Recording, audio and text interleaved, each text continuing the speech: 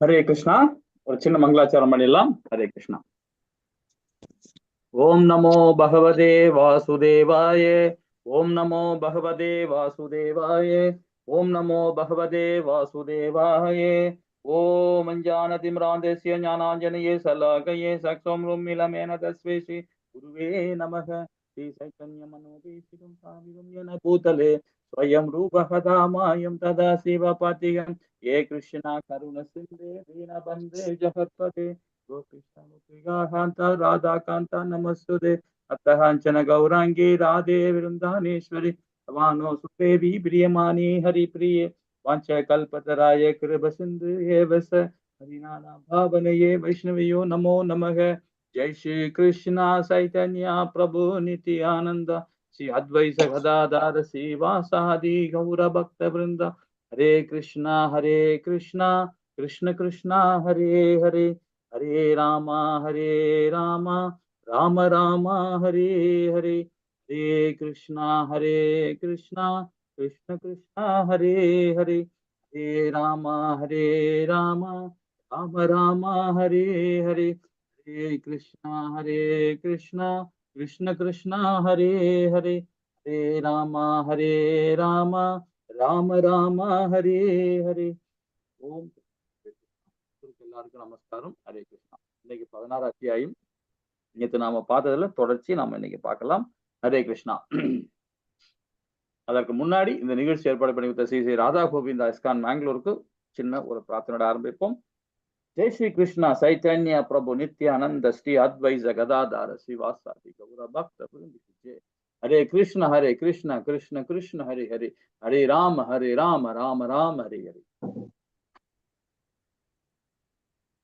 हरे कृष्णा कृष्णा कृष्णा ஹரே கிருஷ்ணா. நாம இன்னைக்கு 7வது பதத்திலிருந்து நாம இன்னைக்கு ஸ்டார்ட் பண்ணணும். ஹரே கிருஷ்ணா. யாராவது படிக்கிறீங்களா? இந்த பதம் படிக்கிறீங்களா? ஹரே கிருஷ்ணா. ஹரே கிருஷ்ணா பிரபுஜி. படிக்கிறேங்க பிரபுஜி. ஹரே கிருஷ்ண மாதாஜி படிங்க. ஓம் நமோ பகவதே வாசுதேவாய. பதம் 7. பிரவ்ருத்திம் ச நிவ்ருத்திம் ச ஜனான விதுர் ஆசுரா ந சௌசம் நாபிசாச்சாரோ ந சத்யம் தேஷு வித்யதே. ஹரே கிருஷ்ணா பிரபுஜி. ஹரே கிருஷ்ண மாதாஜி அழகா படிச்சீங்க. இந்த பதம் பாருங்க. அசுரத்தன்மை உடையவர்கள் என்ன செய்ய வேண்டும் என்று என்ன செய்யக்கூடாது என்றும் அறிவதில்லை. தூய்மையான முறையை நடத்தையோ வாய்மையோ அவர்கள் காணப்படுவது சரிங்களா. இப்ப நாம 7ல இருந்து பாத்தீங்கன்னா கடைசி பதம் வரைக்கும் இந்த அத்தியாயம் வரைக்கும் நாம பார்க்க போறது அசுர குணத்தோட இயல்புகள் பார்க்க போறோம். அவங்களுடைய குணாதிசயங்கள் பார்க்க போறோம். ரொம்ப அழகா நாம இதுல பார்த்துட்டு இருக்கோம் இல்லைங்களா. இப்ப முக்கியமான சாராம்சம் பாருங்களேன். முக்கியமான தன்மைகள் என்ன பண்ண என்ன செய்ய வேண்டும் என்று என்ன செய்யக்கூடாது என்றும் அறிவதில்லை. இந்த தலைப்புல நாம இந்த படத்தோட முக்கியமான சாராம்சமா நாம எடுக்கிறோம். இது நம்ம என்ன மாதிரி இது புரிதல் நமக்கு இருக்கு? இது யாராவது விளக்க முடியுமா? என்ன செய்ய வேண்டும் என்று என்ன செய்யக்கூடாது என்றும் அறிவதில்லை அப்படின்றத ஒரு அந்த மனநிலை வரும்போது நம்ம எந்த ஸ்தானத்துல இருக்கும்போது அந்த மனநிலை வரும். ஏன் அது நமக்கு வருது? அந்த மாதிரி மனநிலை வருது. யாராவது விளக்க முடியுமா? இந்த மனநிலை ஏன் வருது அப்படின்னா, முதல்ல ஓவர் ஆசைகள், குணநலங்கள் பாத்தீங்கன்னா முதல்ல தமோ குணத்திலயும் ரசோ குணத்திலயும் இருக்கும்போது இது வரும். இந்த மாதிரி எண்ணங்கள் நமக்கு வரக்கூடிய வாய்ப்புகள் இருக்கு. செகண்ட், ஆசைகள், கட்டுக்கடங்காத ஆசைகள். நம்ம திறமைக்கு ஏத்த மாதிரி கிடைக்கணுன்ற எண்ணம் இல்லை. நம்ம செயலுக்கு ஏத்த மாதிரி விளைவுகளை எதிர்பார்க்கறது இல்ல. இது இல்ல மத்தவங்களுக்கு அப்படின்ற ஒரு இது தேவையில்லாத ஆசைகள். விரலுக்கேத்த வீக்கம் இல்லை. எல்லாத்தையுமே அப்படி சொல்லலாம் நம்ம அதுல.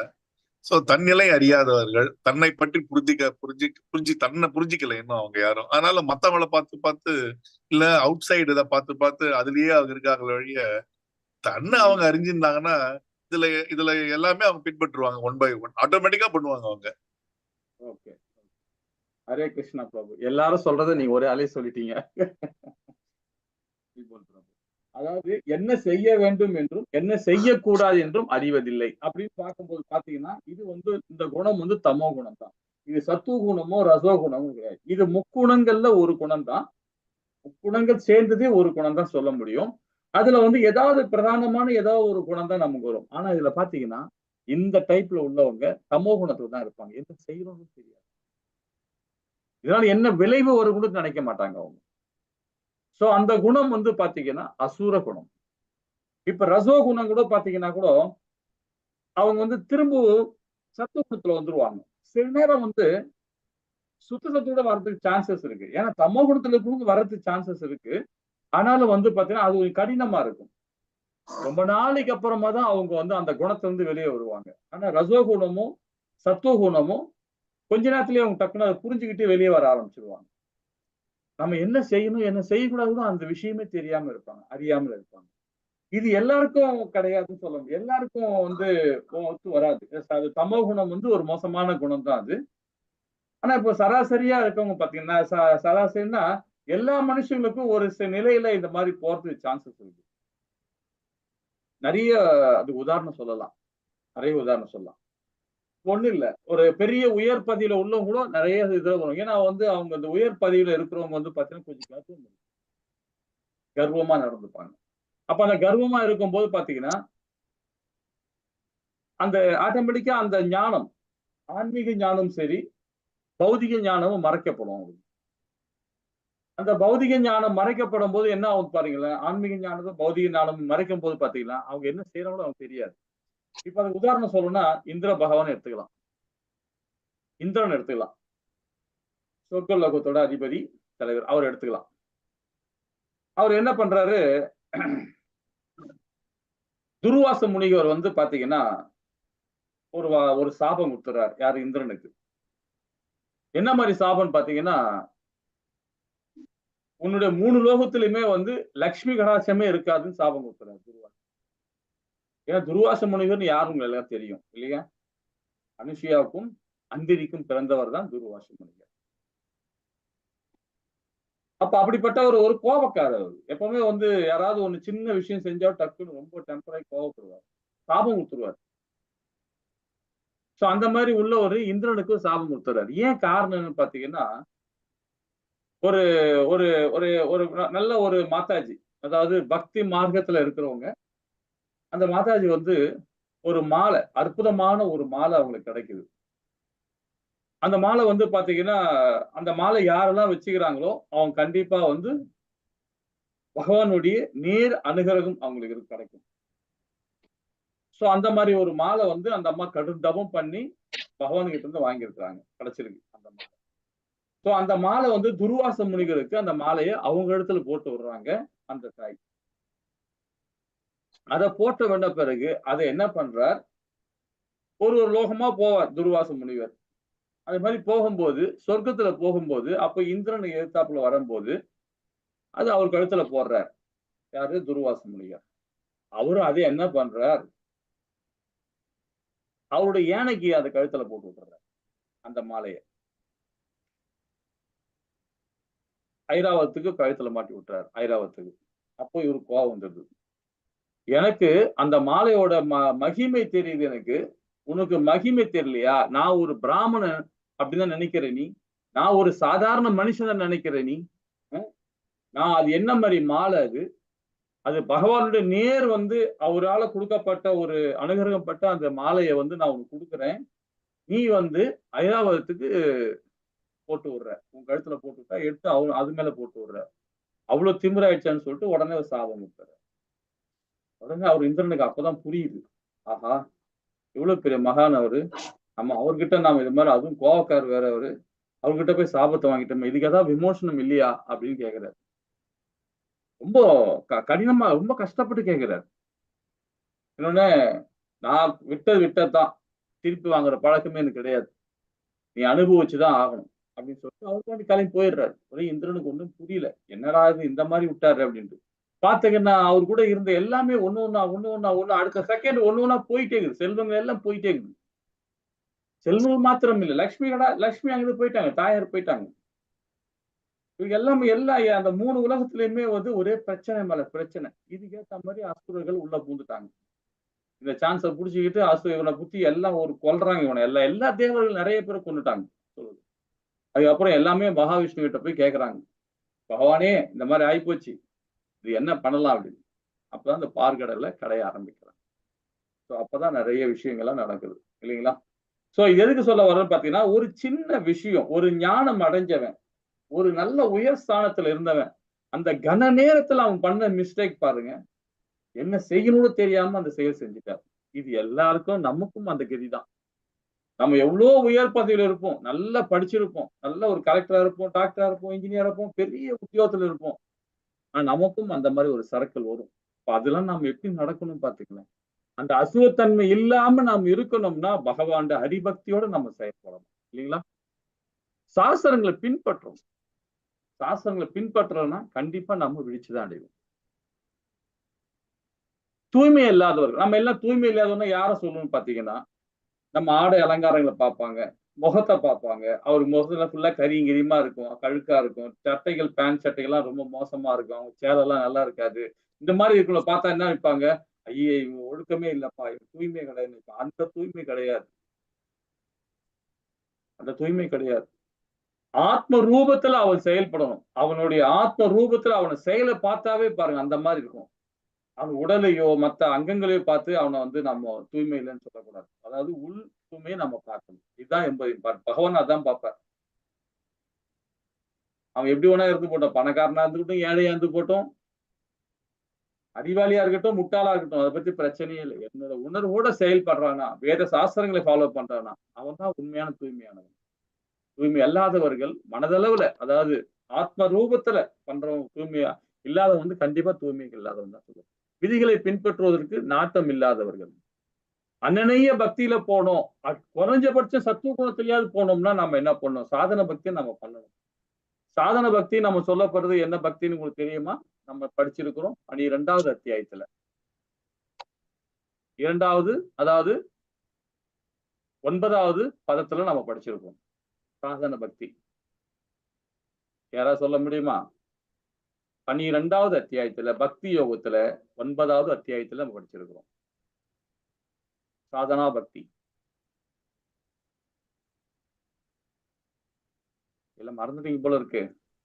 இல்ல அதாவது நம்ம செயல்களுக்கு உண்டான ரிசல்ட் வருது இல்லையா? அத வந்து நாம எடுத்துக்காம அது பகவான் கொடுத்த பிரசாதமா பகவான் கிட்ட நம்ம எடுத்துக்கிறோமே ஒழிய அது நம்மால வந்ததுன்னு நினைக்க கூடாது. ஆமா. நாம correct. நம்மால செஞ்சது அப்படின்னு நினைக்காம இது நமக்கு பகவான் கொடுத்த பிரசாதம் நினைக்கும் போது இது நான் அப்படின்ற அகங்காரம் போயிட்டு இன்னும் பெட்டர் பெர்ஃபார்மன்ஸா இருப்பாங்க. இல்லைன்னா நான் பண்ணிட்டேன்னு சொல்லி அடுத்த தடவையில மறுபடியும் தோத்து போவோம்.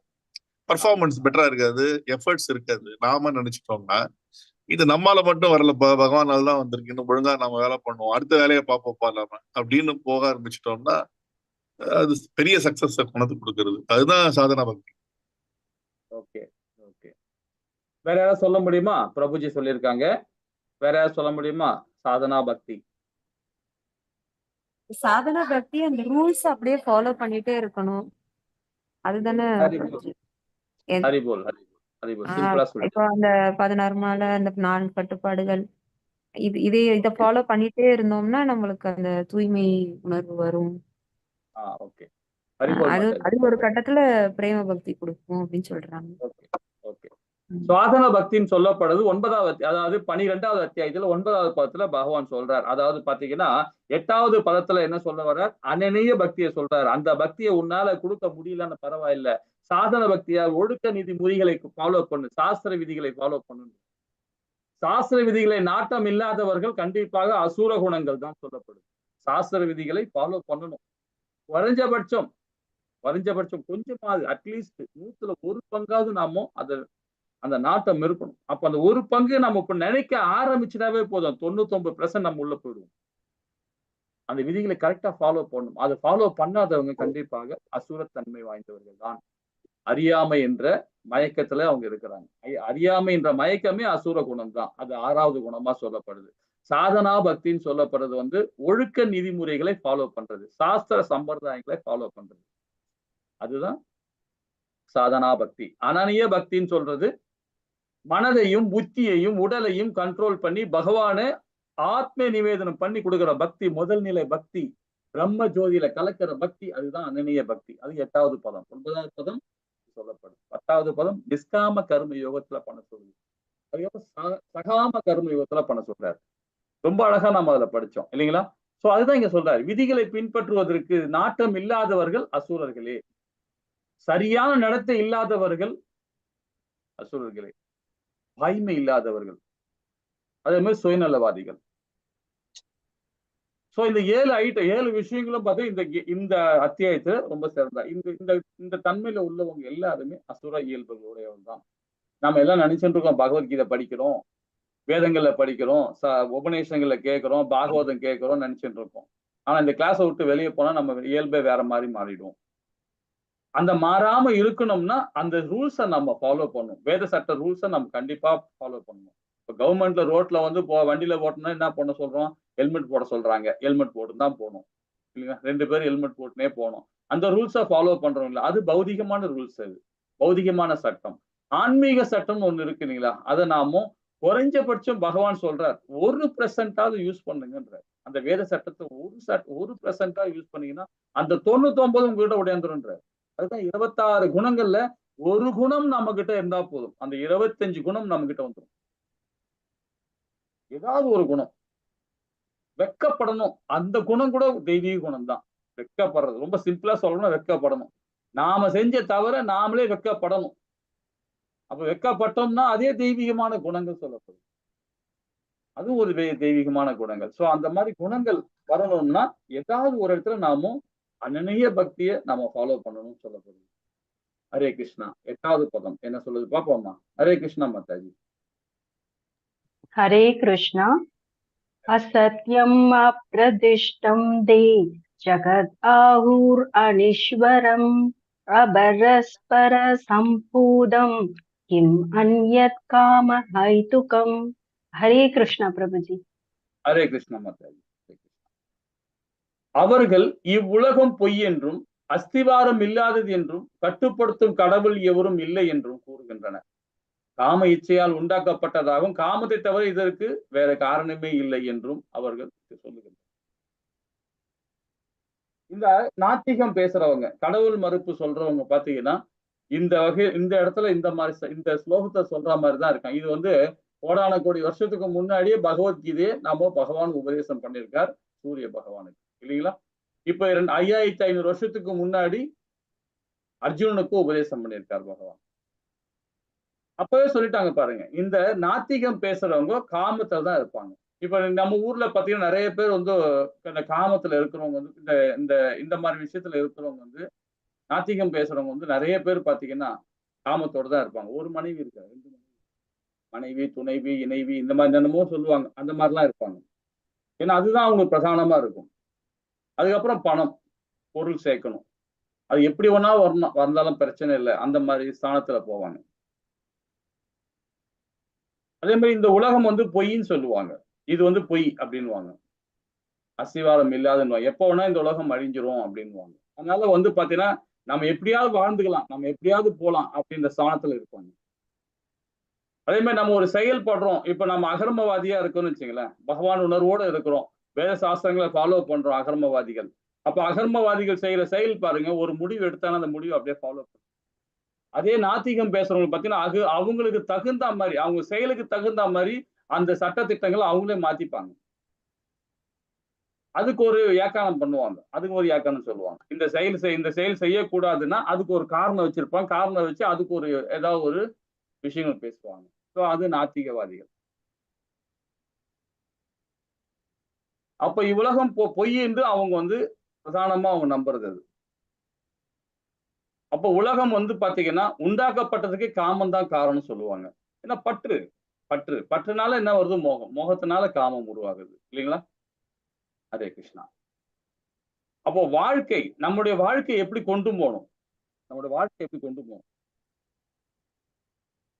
நம்ம வந்து பாத்தீங்கன்னா நிறைய பேர் சொல்லுவாங்க கனவு காணுங்கன்னு சொல்லுவாங்க. கனவு காணுன்னு சொல்லும் போது பாத்தீங்கன்னா நம்மளுடைய சயின்டிஸ்ட், ஒரு பெரிய சயின்டிஸ்ட் நம்மளுடைய அப்துல் கலாம் சொல்லியிருக்காரு. அது நிறைய பேர் சொல்லியிருக்கிறாங்க கனவு காணுங்கள் அப்படின்னு. கனவு காண்றது வந்து நல்லதுதான். நாம எப்படிப்பட்ட கனவு காணணும் அப்படின்னு பண்ணா நமக்கு வந்து கனவு எப்படி வரும் பாருங்களேன். அடுத்த என்ன ஒரு அன்னைக்குள்ள செயல் பண்ண என்னென்ன செயல்பட்டோமோ, நேற்று செயல்பட்டது, முந்தா நாள் செயல்பட்டது, அதுதான் கனவா வரும். பௌதிகமா விஷயமா நாம படும்போது பாத்தீங்கன்னா அந்த மாதிரி கனவு தான் வரும். அதே பகவான் உணர்வோட பகவானுடைய வேத சாஸ்திரங்களை ஃபாலோ பண்ணி வேதத்தை முடி நம்ம செயல்பட ஆரம்பிச்சோம்னா அதுதான் பகவான் கிட்ட பேசிட்டு இருக்க மாதிரி, தாயார் கிட்ட பேசிட்டு இருக்க மாதிரி, அந்த மாதிரி கனவு தான் வரும். இப்போ வாழ்க்கை வந்து பாத்தீங்கன்னா கனவு அல்ல. இந்த வாழ்க்கைன்னு சொல்ல வருது நம்ம இந்த உடல். இந்த உடலை வச்சு நம்ம வாழ்க்கை வாழறோம். இந்த சரீரம் வச்சு வாழ்க்கை வாழறோம். இது கனவல்ல. இது வேதனையான உண்மை. இது இந்த துன்பகரமான நிலையிலிருந்து விடுபட ஒரே வழி பகவான் கிருஷ்ணர் உணர்வு தான். இதை எவ்வளவு சீக்கிரம் உணர்கிறோமோ அவ்வளவு சீக்கிரம் நம்ம பக்குவமே அடையலாம். இந்த உடலை நினைச்சு இதுதான் வாழ்க்கை அப்படின்னு நினைச்சோம்னா நம்ம ஜீரோ தான். இல்லைங்களா? ஹரே கிருஷ்ணா. சரி, இப்போ 9வது பாதத்துல என்ன சொல்ல வராங்க பார்ப்போம். ஹரே கிருஷ்ணா மாதாஜி.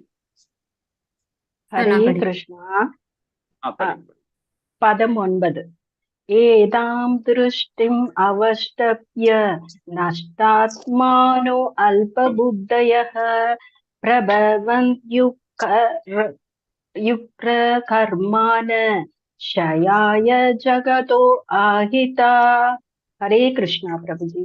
ஹரே கிருஷ்ணா மாதாஜி. 9வது பதம் பாருங்க. இத்தகு முடிவுகளை பின்பற்றி அதாவது போன பதத்தோட அதோட தொடர்ச்சி தான் சொல்றாரு.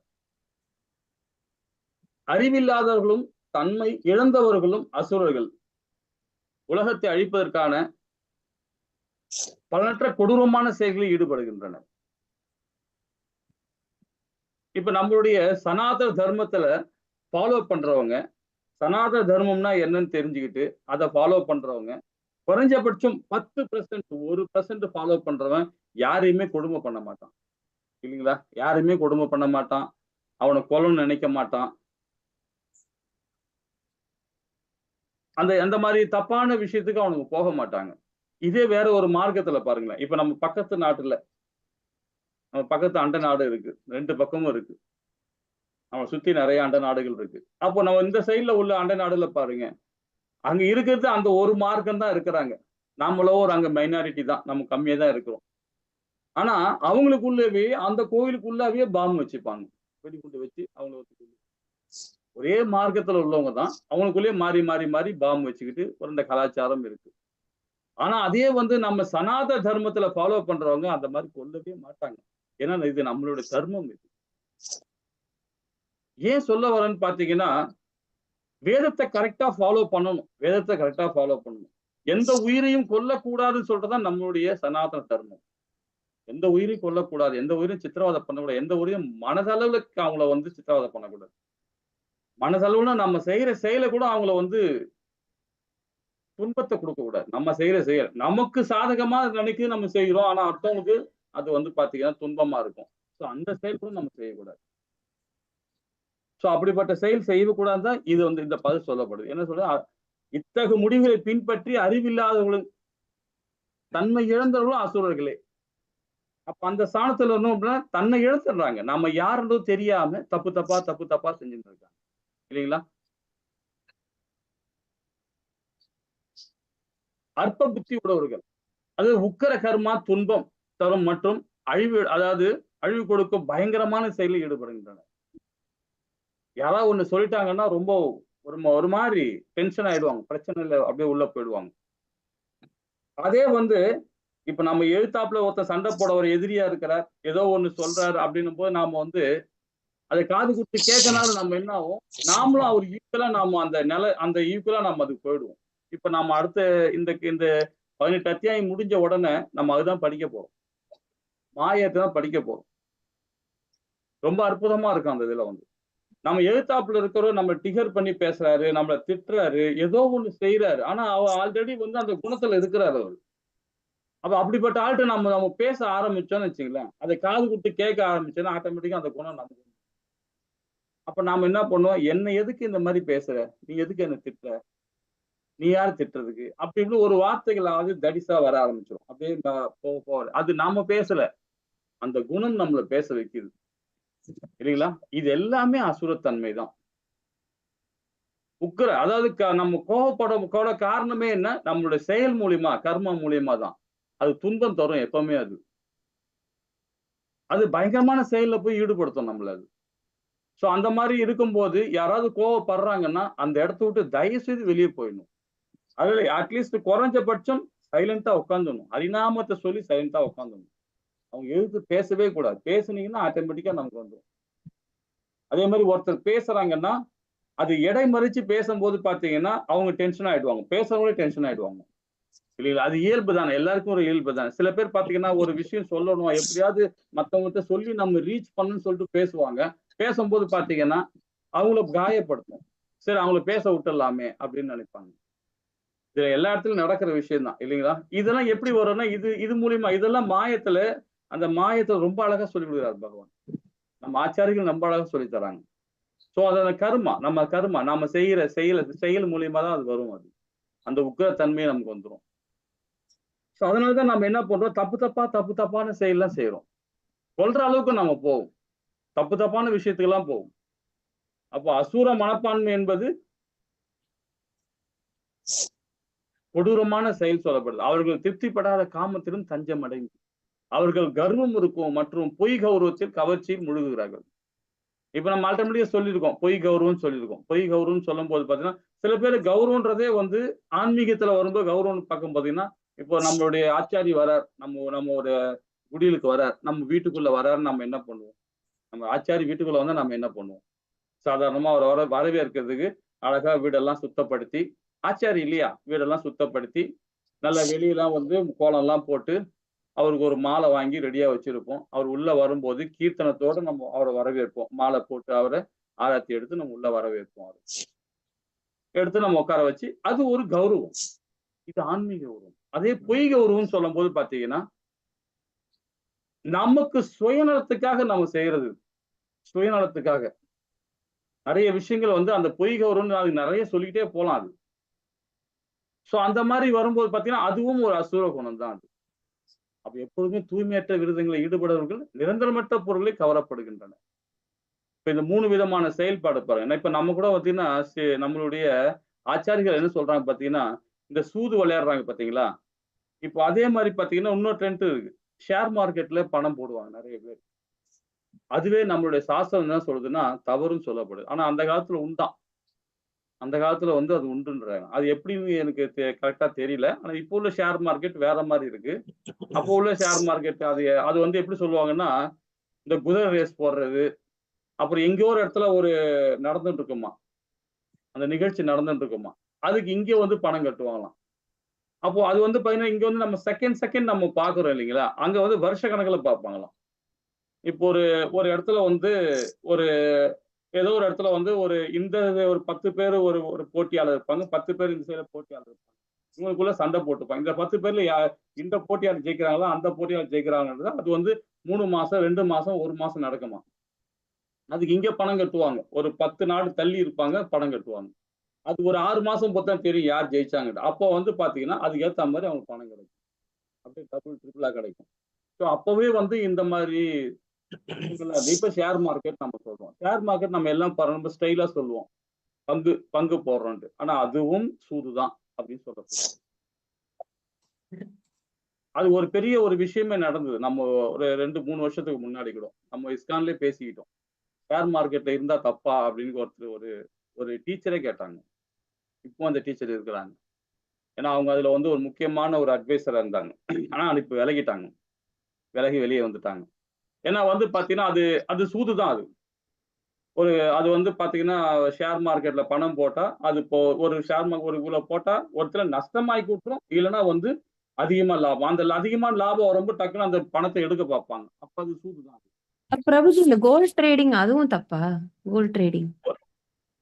கோல்ட் ட்ரேடிங் வந்து பாத்தீங்கன்னா, நம்ம கோல்ட வந்து நம்ம பேங்க்ல போட்டு இன்ட்ரெஸ்ட் எடுக்கிறோம். அது வந்து அந்த மாரி வராது அது. அந்த டைப்ல வராது. இப்போ வந்து இது வந்து பாத்தீங்கன்னா, இப்ப நம்ம வந்து நம்ம பணத்த நம்மளுடைய கோல்ட கொண்டு போய் பேங்க்ல வைக்கிறோம். வைக்கிறதுனால அவங்க இன்ட்ரெஸ்ட் குடுக்குறாங்க. அத வச்சு நாமும் நம்மளுடைய வாழ்வாதாரத்த மேன்மைப்படுத்துறோம். அது ஓகே, ஒரு ஓகே. தப்பு கிடையாது. அது சூதா வராது. இது வந்து எப்படின்னா, ஒரு ரூ. 1 போட்டுட்டு ரூ. 10 எடுக்கிறது. இல்லைங்களா? இது வந்து பாத்தீங்கன்னா அது இல்லாம வந்து இப்ப ஷேர் மார்க்கெட்ல நிறைய தப்புலாம் நடக்குது. இது ஒரு பெரிய ஒரு டிபேட் நடந்தது ஒரு 3 வருஷத்துக்கு முன்னாடி. நம்ம இஸ்லாம்லயே பேசிக்கிட்டாங்க. இஸ்லாம்ல உள்ள கோவில்ல உள்ளவங்க யாருமே சரி அது மாதிரி பண்ணக்கூடாது, அதுவும் ஒரு சூது அப்படின்னு சொல்லிட்டு அது வெளியே வாங்கன்னாங்க. ஒரு மாதாஜி, ஒரு டீச்சரா இருக்க மாதாஜி அது வந்து வெளியே வந்துட்டாங்க. சோ அது எதுக்கு சொன்னோம்னா அவங்க மனசையும் அந்த மாத்திருமா, இந்த குணத்தை மாத்தி விட்டுரும். யார் எக்கேடு கேட்டா போனா என்ன, நான் 10 ஷேர் வாங்கி இருக்கிறேன், என் ஷேர் வந்து 1000 ஆகணும், லட்சமா ஆகணும் தான் பார்ப்பாங்க. யாரா இருந்தாலுமே அப்படித்தானே பார்ப்பாங்க ஷேர்ல பாக்குறவங்க. அது லட்சமா வந்துச்சுன்னா நமக்கு அது பேராசை, ரசோ குணத்தை கொண்டு போயிடும், ஆட்டோமேட்டிக் குணம் கொண்டு போயிடும். இப்ப ஆக்சுவலா வந்து நம்மளுடைய பேங்க்ல இன்ட்ரெஸ்ட் போட்டு வாங்குறது இது கூட வந்து பாத்தீங்கன்னா தவறுனா சொல்லப்படுது. இது தவறுனா வேதத்தை சொல்லப்படுறாங்க. ஆனா இப்ப உள்ள காலகட்டத்துக்கு வந்து அது அதிகமான வட்டி இல்லையே, பேங்க்ல தானே கொடுக்குறோம், பேங்க் தானே, கவர்மெண்ட் தானே கொடுக்குது நமக்கு. ஸோ அது வந்து பரவாயில்ல. அது அதோட இன்ட்ரெஸ்ட் அதிகமா வாங்க வாங்க அதுக்கப்புறமா அது ரசோகுணம் தான் கொண்டு போகும். ஸோ இதை நான் வந்து ஒரு இதுக்காக சொல்றேன்னு நினைக்க வேண்டாம். இந்த குணங்களை நம்மளை மாத்தும். அந்த குணம் மாறும்போது ஆட்டோமேட்டிக்கா நாமளும் அசுரத்தன்மைக்கு போயிடுவோம். ஹரே கிருஷ்ணா. 10வது பதம் என்ன சொல்லுது பார்ப்போமா? ஹரே கிருஷ்ணா மாதாஜி. நான் படிக்கிறேன். காமம் ஆஸ்ரித்ய துஷ்பூரம் தம்பமானமதான்விதாः மோகாத் கிரஹீத் வாசத் கிராஹான் பிரவர்த்தந்தே அசூஷி பிரதாः. ஹரே கிருஷ்ணா மாதாஜி. ஹரே கிருஷ்ணா. 10வது பதத்துல பாருங்க, அசுரத்தன்மை உடையவர்கள் திருப்தி அடையாத காமத்திலும் தஞ்சமடைந்து கர்வம் மற்றும் பொய் கௌரவத்தின் கவர்ச்சியில் மூழ்கி மயக்கப்பட்டுள்ளனர். எப்பொழுதுமே தூய்மையற்ற விருதங்களில் ஈடுபடும் அவர்கள் நிரந்தரமற்ற பொருள்களில் கவரப்படுகின்றனர். நிரந்தரமற்ற பொருள்கள் சொல்லும் போது பாத்தீங்கன்னா இந்த உடலே நிரந்தரமற்றதுதான் இல்லைங்களா? அதே மாதிரி பாத்தீங்கன்னா நிறைய விஷயங்கள் சொல்ல போலாம். நிரந்தரமற்றதான் நிறைய சொல்லிட்டே போலாம். இந்த உலகத்துல உள்ளது எல்லாமே மாயதான். நாமளே மாயத்தான் சொல்லுது. மாய தத்துவத்துல நாமளே மாயதான் சொல்லுது. அப்படிப்பட்ட போது இது எதுவுமே நிரந்தரமற்றதானே இல்லைங்களா? அப்ப அது நம்ம என்ன நினைக்கிறோம், இந்த உடலை பார்த்த உடனே என்ன பண்றோம், ஆஹா இந்த உடல் நல்லா வச்சிருக்காங்களே, நல்லா அழகா இருக்காரு, நல்லா இருக்காங்களே இவங்க, அப்படி இப்படி அந்த உடல் மேல நம்ம பற்று வைக்கிறோம். அவங்க இந்த மாதிரி சேலை கட்டி போறாங்களே, அவங்க இந்த மாதிரி ட்ரெஸ் பண்ணி பேண்ட் ஷர்ட் போட்டு போறாங்க, இப்படி நம்ம பாக்குறோம் இல்லைங்களா? அதுவே பற்றாகும் போது பாத்தீங்கன்னா நம்ம மோகத்துல தான் போகுது. அதனால நிரந்தரமானது கிடையாது இல்லைங்களா? அது நிரந்தரமற்றது. அதே ஆத்ம தத்துவம் மூலியமா நாம உணர ஆரம்பிப்பதுதான் அதுதான் உண்மையான நிரந்தரமானது. சோ அது மாதிரி பௌதிக தன்மையில இருக்கும்போது இந்த மாதிரி பற்று இருக்கும்போது போகும்போது கண்டிப்பா அது அசுரத்தன்மை தான். அதுக்கு ஒரு உதாரணம் பிரபுஜி, சொல்றாங்க. சொல்லுங்க. பிரபுஜி, இந்த தூய்மையற்ற விரதங்கள்னா என்ன? அதாவது எதிர்பார்ப்போட செய்யக்கூடிய விரதங்களா? இல்ல சொல்ல தூய்மையற்ற விரதங்கள் இருக்கு அப்படின்னா எதிர்பார்த்து பண்ணக்கூடிய விரதங்களா? ஆமா ஆமா. இப்போ ஒண்ணு இல்ல பிரபு. இப்போ வந்து ஒரு எக்ஸாம்பிள் சொல்றேன்னு வச்சுக்கலாம். இப்போ பிராண்டி கடை இருக்கு. இப்ப நம்ம ஓபன் பண்ற மது குடிக்கிற மது பிரியர்கள் இருக்காங்க பாத்தீங்களா? அவங்க என்ன பண்றாங்கன்னா காலையில 10 மணிக்கு கடை ஓபன் பண்ண போறாங்கன்னா அவங்க என்ன பண்ணுவாங்கன்னா அதுக்கு முந்தின நாள் நைட்டே ரெடி ஆயிடுவாங்க. அதுக்கு ஒரு கடும் விரதம் மாதிரி தவம் மாதிரி இருப்பாங்க. ஒரு 7 மணி 8 மணிக்கெல்லாம் ஓடி போய் அந்த கடையில போய் வாசல்ல போய் உட்கார்ந்துட்டு இருப்பாங்க. அது வந்து நிரந்தரமானது அல்ல, அது அசுர குணத்தோட இதுன்னு சொல்லிட்டு இயல்பே அவங்க தெரியாம இருக்கிறாங்க பாருங்களேன். சோ அந்த மாதிரி விரதங்கள் தான் நம்ம வந்து அது ஒரு விரதம் தான். அது வந்து அவர் ஃபாலோ பண்றாரு இல்லைங்களா? இப்ப யாருமே ஒருத்தர் நம்ம ஒரு காரியம் செய்யறோம், அந்த காரியத்துக்காக நாம வந்து உடலை வருத்திக்கிட்டு டைம் ஸ்பெண்ட் பண்ணி நம்ம நிக்கிறோம் பாருங்க, அது ஒரு விரதம் தான். சோ அவர் அந்த தூய்மையற்ற விரதத்தை அவரு பாக்குறாரு, அவர் கடைபிடிக்கிறார். சோ அது மாதிரி விஷயங்களை நிறைய விஷயங்கள் நம்ம பண்றோம். இன்னொரு எக்ஸாம்பிள் சொல்லலாம். ஹரே கிருஷ்ணா மாதாஜி, கொஞ்சம் மியூட் பண்ணீங்க மாதாஜி. ஹரே கிருஷ்ணா. இது மாதிரி நிறைய விஷயம் சொல்லிக்கிட்டே போலாம். நம்ம வந்து அந்த தூய்மையற்ற விரதங்கள் பௌதிகமான செயல் வந்து எல்லாமே தூய்மையற்ற விரதங்கள் தான், இந்த பௌதிகமான செயல்கள். ஆனா அதுவே வந்து நமக்கு தேவையானது மாத்திரம், நமக்கு என்ன வேணுமோ அது மாத்திரம் எடுக்கிறதுதான் இயற்கையில நம்ம அடிக்கடி சொல்லிட்டே இருக்கோம் இல்லைங்களா? அந்த பற்றற்ற தன்மையை நம்ம செயல்படுறோம் பாருங்களா, அது அப்படியே ஆன்மீகமா கன்வெர்ட் ஆயிடும். அப்ப தூய்மையற்றதுன்னு சொல்லப்படுறது பாத்தீங்கன்னா தேவையில்லாதது, ஆன்மீகத்துக்கு எதிரானது, விகர்ம அந்த செயல்படும் போது பாத்தீங்கன்னா அது தேவையற்ற விரதங்கள் தான். அந்த விருதுக்காக செய்யறான் பாருங்க. அப்ப அது தேவையில்லாத பொருள் அவன் அபகரிக்கவும் பாக்குறான், அது கவரணும் பாக்குறான், எடுக்கணும் பார்க்கும்போது பாத்தீங்கன்னா அது அசுர குணங்கள் தான். இப்ப இந்த 4 விதமான இது இருக்கு பாருங்க. தவறான பாலுணர்வு, அதே மாதிரி கேம்பிளிங், சீட் ஆடுறது, இந்த மது போதைகளை யூஸ் பண்றது, மாமிசம் உண்றது. இந்த 4மே வந்து பாத்தீங்கன்னா நம்மள வந்து ரசோ குணத்தையும் தமோ குணத்தையும் கொண்டு போகும். இந்த 4 குணமே. இது தேவையற்ற விரதங்கள் தான் இது. இதுக்காக என்ன பண்றாரு, இப்போ நிறைய ஃபேமிலி எல்லாம் பாத்தீங்கன்னா கூட ஒரு கடையில போய் நம்ம நல்லா போய் சாப்பிடணும்பா, நான்வெஜ் சாப்பிடணும்பான்னு நினைப்பாங்க. எல்லாம் முன்னாடி இருந்ததுதான், எல்லாமே இருந்திருப்பாங்க. இப்பதான் அது நம்ம பகவானுடைய உணர்வோட செயல்பட ஆரம்பிச்சு எல்லாம் ஸ்டாப் பண்ணிட்டு இருப்பாங்க. இது மாதிரி சாப்பிடணும், ஒரு நாளைக்கு போய் உட்கார்ந்து சாப்பிடணும், இதெல்லாம் தேவையில்லாதது. போய் ஹாயா உட்கார்ந்து போய் மது குடிக்கணும்னு நினைப்பாங்க, ஒரு ஹாயா உட்கார்ந்து சீட் ஆடணும்னு நினைப்பாங்க. தேவையில்லாதது இந்த பால் உணர்வு, இந்த மாதிரி விஷயங்கள் தேவையற்ற விரதங்கள். சோ இது எல்லாமே செய்யக்கூடாதுன்னு சொல்லப்படுது இல்லைங்களா? ஹரே கிருஷ்ணா. திருப்தி இல்லாமை மற்றும் எப்பொழுதும் ஏக்கம். நமக்கு திருப்தி இல்லைன்னா நம்ம என்ன பண்ணுவோம்? கண்டிப்பா நமக்கு ஏக்கம் வரும், அது மேல ஒரு மோகம் வரும். இது நமக்கு இது போதும் அப்படின்னு நினைச்சிட்டோம்னா ஆட்டோமேட்டிக்கா நம்ம அதுல இருந்து வெளியே வந்துருவோம், கண்டிப்பா வெளியே வந்துருவோம். இப்போ ஒருத்தர் சாப்பிடணும், நல்லா சாப்பிடணும், டைட்டா சாப்பிடணும் அப்படின்னு நினைச்சாருன்னு வச்சுங்களேன், அவர் சாப்பிடத்தான் போவார். இது தேவையில்லைப்பா, நமக்கு தேவையில்லைப்பா, உடல் ஆரோக்கியமா இருக்கணும், நம்ம லிமிட்டா இருந்தா போதும்னு நினைக்கும் போது பாத்தீங்கன்னா அவர் சாப்பிட எண்ணமே வராது இல்லைங்களா? இது ஒரு உதாரணமா சொல்றோம். இது மாதிரி நிறைய விஷயங்கள் நம்ம சொல்லிட்டே போலாம். திருப்தி அடைஞ்சிட்டோம்னா அதுக்கப்புறம் இந்த ஏக்கமே நமக்கு இருக்காது. திருப்தி என்னாவே நமக்கு என்ன ஆகுது பாருங்க, அது தெய்வீகமான குணங்கள். அசுர குணங்கள்னும் போது திருப்தி இல்லைன்னா நாம என்ன பண்ணுவோம்? நாம ஆட்டோமேட்டிக்கா நம்ம எல்லா உடம்புல வர எல்லா இயல்பும் நம்மளுக்கு வந்து வீழ்ச்சி அடையக்கூடியும். அப்ப இதுவும் அசுரத்தன்மை தான். 11, 12 மாதாஜி ஹரே கிருஷ்ணா படிக்கிறீங்களா? படிக்கிறேன். चिन्ताम् अपरिमेयां च प्रलयान्तम् उपाश्रिताः कामो बभोगपरमा एतावत् इति निश्चिताः आक्षाभाक्षशतैर्भक्ताः कामक्रोधपरायणाः ईहन्ते कामभोगार्थम् अन्यायेनार्थसञ्जयान् हरे ஹரே கிருஷ்ணா மாதாஜி. இப்போ நம்ம பௌதிகத்துல நிறைய விஷயங்கள் பாக்குறோம் இல்லைங்களா? நம்ம வந்து நம்ம பணம் சம்பாதிக்கணும், நல்ல வாழ்க்கையில வந்து மேன்மை அடையணும், சமுதாயத்துல ஒரு பொசிஷன்ல வரணும்னு நினைக்கிறோம் பாத்தீங்களா? அது நல்லதுதான். அதே நம்ம பற்றற்ற தன்மையா செய்தால் அது வந்து உத்தமம்னு சொல்றோம், அதி உத்தமம்னு சொல்லப்படுறோம் இல்லைங்களா? இந்த இந்த பதத்துல அது ரொம்ப அழகா கொடுக்கிறாரு பாருங்க 11, 12ல. மனித நாகரிகத்தின் முக்கிய தேவை புலன்களை திருப்தி செய்வதே. புரிஞ்சுட்டோமா? அவ்வளவுதான், முடிஞ்சு போச்சு. இப்ப நம்ம சிட்டிக்குள்ள இருக்கிறோம், அதே மாதிரி ஒரு மொபைல் பாத்தீங்கன்னா இந்த மொபைலோட இன்னும் கொஞ்சம் காஸ்ட்லி மொபைலா நல்லா இருக்குமே, கொஞ்சம் நம்ம நிறைய விஷயம் தெரிஞ்சுக்கலாமே, அந்த நிறைய விஷயம் தெரிஞ்சுக்கலாமேன்னு சொல்லுவாங்க. ஆனா அது வாங்கிட்ட பிறகு பாத்தீங்கன்னா தேவையில்லாத விஷயங்கள் தான் செஞ்சுட்டு இருப்போம். இது ஒரு சின்ன உதாரணம் தான். ஏன்னா அந்த புலன் மனித நாகரீகம் டெவலப் ஆக என்ன பண்ணுவாங்க, தவறான வழியில போயிட்டு இருப்பாங்க. ஆனா இதே பகவத்கீதையில பகவான் என்ன சொல்றாரு பாத்தீங்கன்னா, பகவத்கீதையில மகாபாரதத்திலேயே பீஷ்மர் கிட்ட அந்த விளக்கம் கொடுக்கிறார். அவர் என்ன சொல்றாரு பீஷ்மர் கிட்ட? பீஷ்மர் சொல்றார், என் தந்தையார்கிட்ட நான் வந்து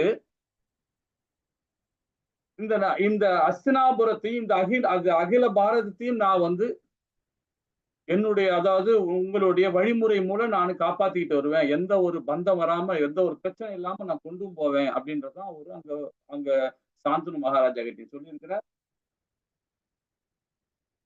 அதே மாதிரி அவர் தந்தையார்கிட்டயும் அவர் தாயார்கிட்டயும் அவர் சொல்லிவிட்டார்.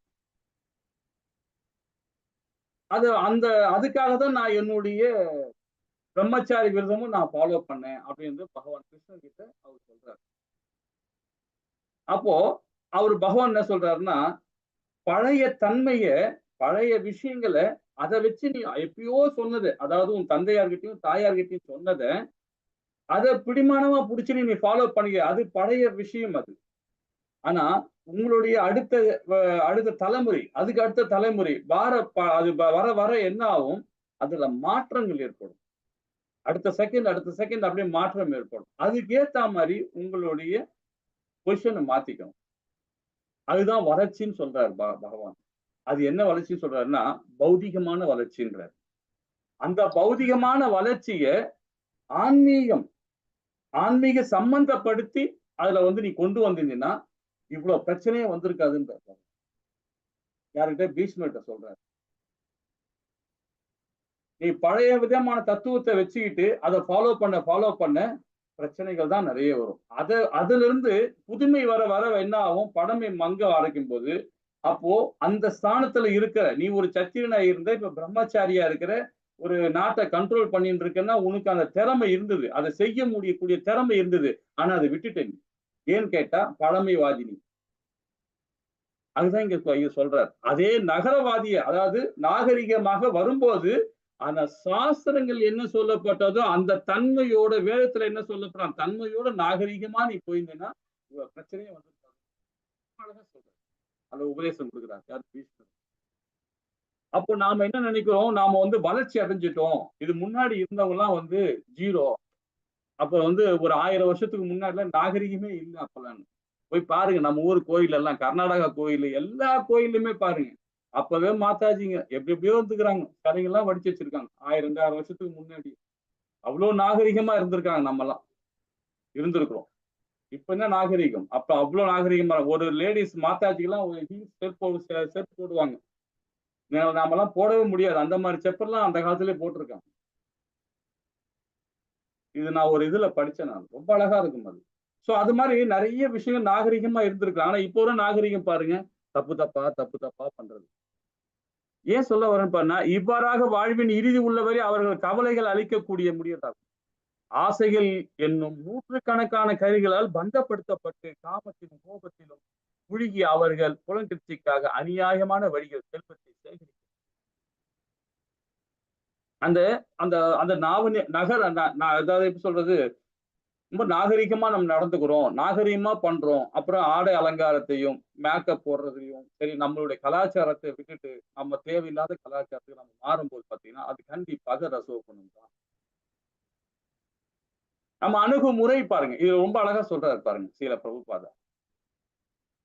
அணுகுமுறை பாருங்க, இறுதி இலக்கு என்னது? புலன்கிளர்ச்சி தான்.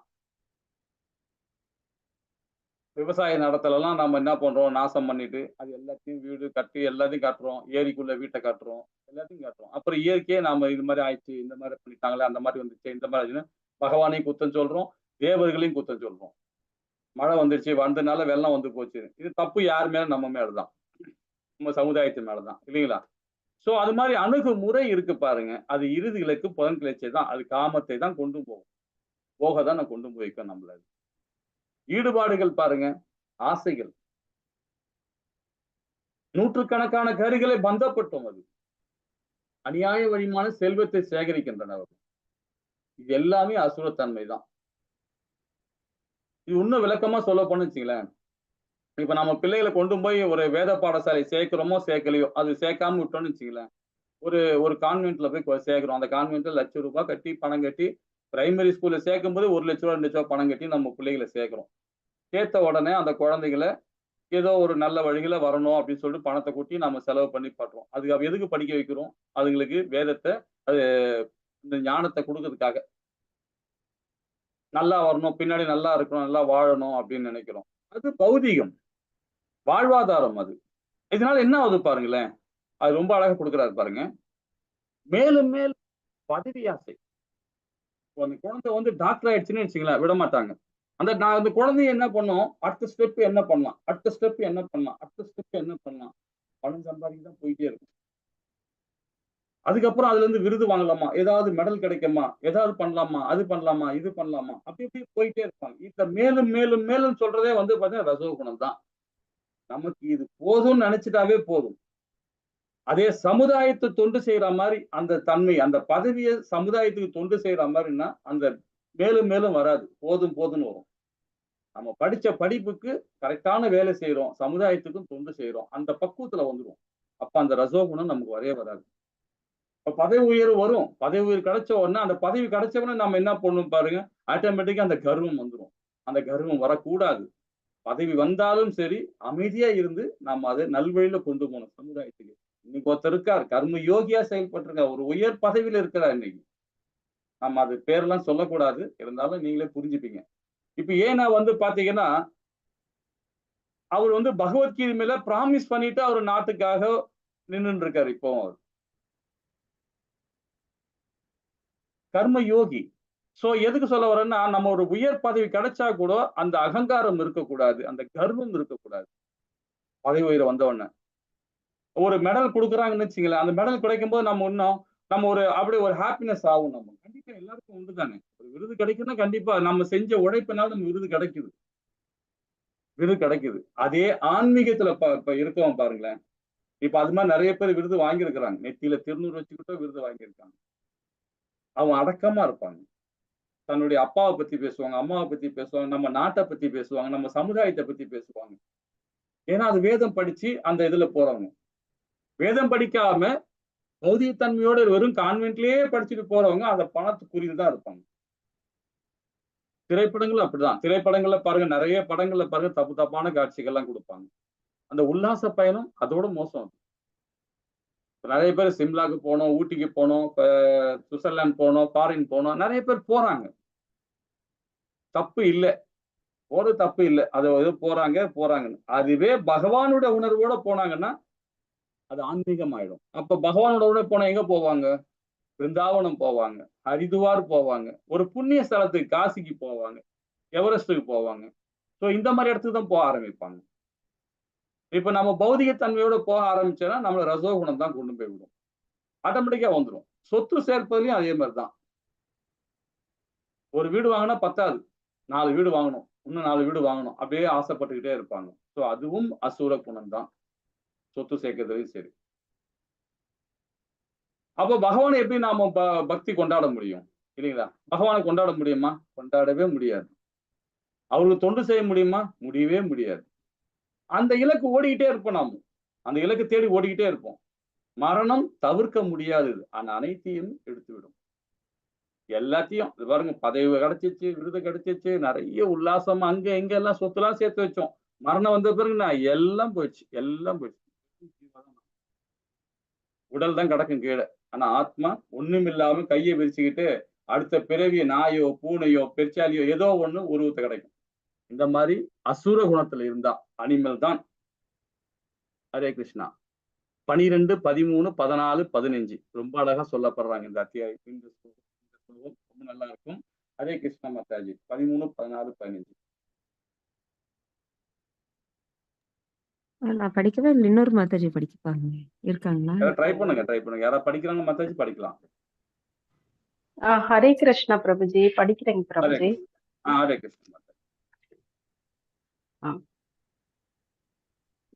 இதம் அத்ய மயா லப்தம் இமம் பிரபாஸ்யே மனோரதம் இதம் அஸ்தி தம் அபிமே பவிஷ்யதி புனர்தனம் असौ मया हद शत्रुर् हनिष्ये साबरान् अभि ईश्वरो अहम् बोहि सिद्धो अहम् बलवान् सुखी आर्त्यो अभिजनवान् अस्मि को अन्यो अस्ति सदृशो मया यक्षये दास्यामि मोदिशय इत्यज्ञान विमोदिहा. ஹரே கிருஷ்ண பிரபு. ஹரே கிருஷ்ணா மாதாஜி. ஹரே கிருஷ்ணா. அழகா படிச்சீங்க. சரி, இப்போ இந்த 13வது பதம், இந்த இந்த இந்த 3 பதங்களை பாருங்களேன், ரொம்ப அழகா சொல்லப்பட்டிருக்காங்க பாருங்க. ஒரு கதை மாதிரி வரும். அசுரத்தன்மை உடையவன் எண்ணுகிறான், இன்று என்னிடம் இவ்வளவு சொத்து உள்ளது, எனது திட்டங்கள் படி நான் நிறைய லாபம் அடைய போகிறேன். அதாவது லாபம் அடைய போறான். ஏற்கனவே சொத்து இருக்கு, இதுக்கு மேல இன்னும் சொத்து நிறைய வரப்போகுது, நான் லாபம் அடைய போறேன். அப்ப இருக்கிற சொத்தோட இன்னும் விருத்தி அடைய போறான்.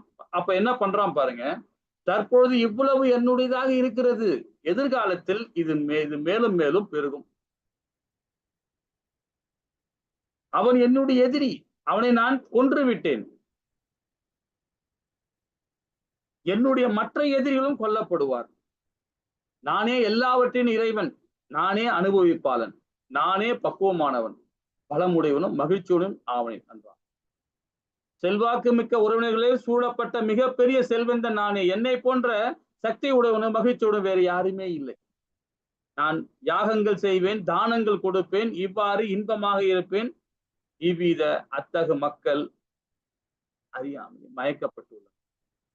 இந்த இந்த இந்த இந்த செயல்பாடு பாருங்க, எப்படிப்பட்ட செயல்பாடு பாருங்க. என்கிட்ட ஒண்ணுமே இல்லை, அதாவது கொஞ்சம் தான் இருக்கு, நான் இதை வச்சு மேல மேல போகணும், ஆனா எந்த வழியில ஆனா போய் நான் சம்பாரிச்சிருவேன், சொத்து அதிகமா சேர்த்துருவேன். அது என்ன மாதிரி குணங்கள் பாருங்க, இல்லைங்களா? சோ இது எல்லாமே ரசோகுணம். இந்த ரசோகுணத்துல இருந்து என்ன போகுது பாருங்க, தமோ குணத்துக்கு ஆட்டோமேட்டிக்கா கொண்டு போயிடும். இப்போ இரணிகசிபு இருக்கிறார்.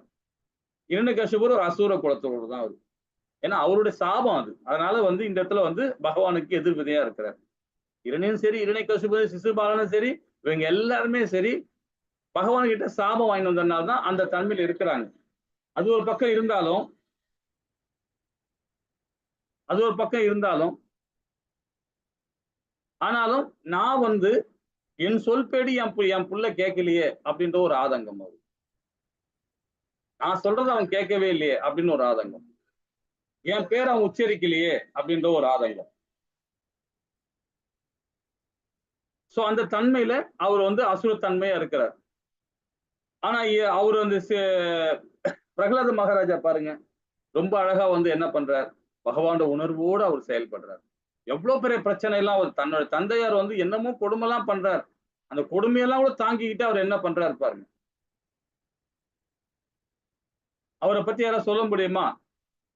பிரகலாத மகாராஜா பத்தியும் இரணிகசிபு பத்தியும்.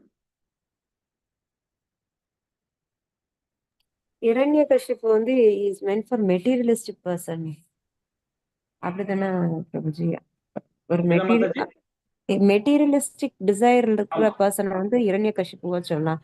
அதே மாதிரி தங்கம் இரண்யன்னா என்னமோ சொல்லுவாங்களே, தங்கம் கசிப்புனா என்னமோ பத்து மெத்தை அப்படின்னு சொல்லுவாங்க. அப்படிதான் பிரபுபாத புக்ல படிச்சிருக்கேன்.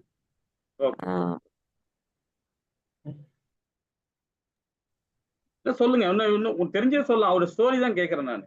ஏன் இவருக்கு அந்த ஞானம் வந்தது? யார பிரகலாத மகாராஜாக்கு பகவான் நாமத்தை சொல்லணும் ஞானம் வந்தது?